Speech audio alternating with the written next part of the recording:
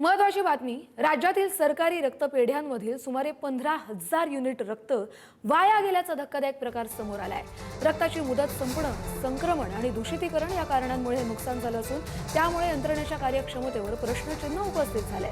2025 मध्ये राज्यातील 77 सरकारी रक्तपेढ्यांमध्ये 15,521 युनिट रक्त नष्ट करावं लागलं। या प्रकाराची दखल घेत राज्य रक्त संक्रमण परिषदेनं आता रक्तपेढ्यांना ई-रक्तकोश पोर्टलवर दररोजचा साठा अपडेट करणं बंधनकारक केलंय। अधिकचे अपडेट घेऊया आपले प्रतिनिधी शेखर पाटील यांच्याकडून।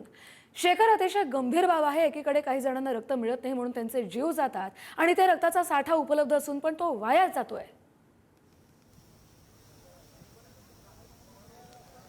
कस्तुरी, बरोबर आहे। एकीकडे अनेक जण महत्त्वाच्या अशा पद्धतीची रक्तपेढ्या ज्या आहेत त्या या ठिकाणी रक्त कशा पद्धतीने जमा करायचं यासाठी नेहमी कसरत घेत असतात, मेहनत घेत असतात। मात्र अशा पद्धतीने सरकारी कार्यालयांमध्ये, सरकारी रक्तपेढ्यांमध्ये ज्या 15,000हून अधिक रक्तांच्या पिशव्या ज्या आहेत त्या आता वाया गेलेल्या आहेत, त्या निकामी झालेल्या आहेत। यासाठी कारणीभूत आहे ते ई रक्तकोश म्हणून प्रणाली आहे, त्याच्यावरती दररोजची अपडेट करणं अनिवार्य असतं। शिवाय SBTC म्हणून पोर्टल आहे, त्याच्यावरती देखील या सगळ्याची आकडेवारी जी आहे ती दररोज अपडेट करणं अनिवार्य आहे। मात्र या सगळ्यांमध्ये कुठेतरी कामचुकारपणा होतो आणि म्हणूनच या सगळ्यांचा फटका जो आहे तो 15,000हून अधिक रक्तपिशव्यांना झालेला आहे। इतक्या मोठ्या प्रमाणात रक्त जे दाते असतात ते पुढे येऊन रक्तदान करत असतात। मात्र अशा निष्काळजीपणामुळे जर 15,000हून अधिक रक्ताच्या पिशव्या जर त्या ठिकाणी नष्ट कराव्या लागत असतील तर ही अतिशय गंभीर बाब आहे। आणि विशेष करून सरकारी खरं तर रक्तपेढ्यांमधली मिळालेली ही आकडेवारी आहे। राज्यामध्ये अनेक अशा धर्मादाय संस्थांकडून देखील रक्त पुरवठा होत असतो, रक्तांचे